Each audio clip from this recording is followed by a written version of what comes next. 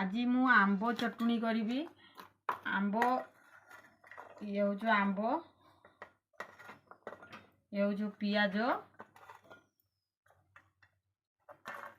रसुण,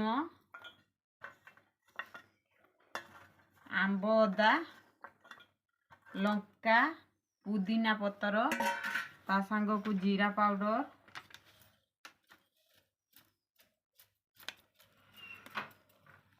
चेन्ही,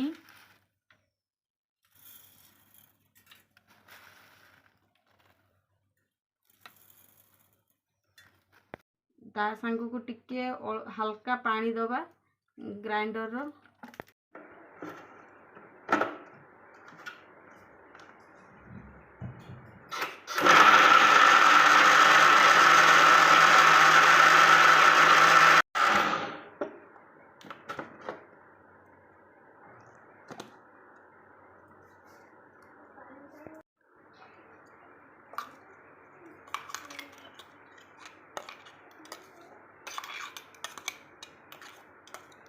आवश्यक मात्रा लुण पकेवा। एबे प्रस्तुत हो गला।